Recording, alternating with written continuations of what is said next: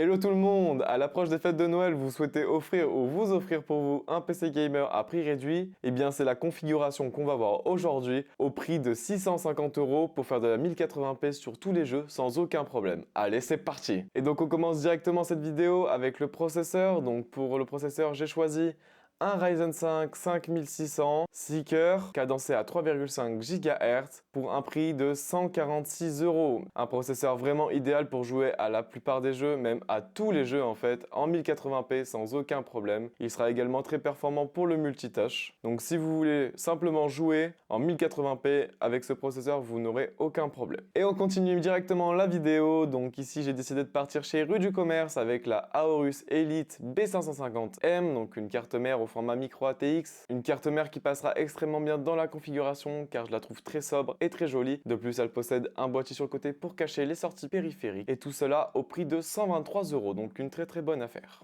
Et donc on continue avec les RAM. Donc ici je suis parti du côté de chez Cdiscount avec un pack de 2 x 8 Go de 3200 MHz de la marque Nai, les XLR 8 Gaming DIMM, donc tout ça au prix de 60 €. Donc ici encore c'est une très bonne affaire. Je trouve en plus que ce sont des RAM qui passent très bien dans le boîtier. Elles ont un style vraiment atypique à elles et ce sont des RAM qui suffiront largement pour la configuration et pour jouer à tous les jeux du moment en 1080p. Et donc on continue avec le stockage et ici je suis parti sur le Crucial P3 de 500 Go, donc avec des vitesses de 3500 ms/s.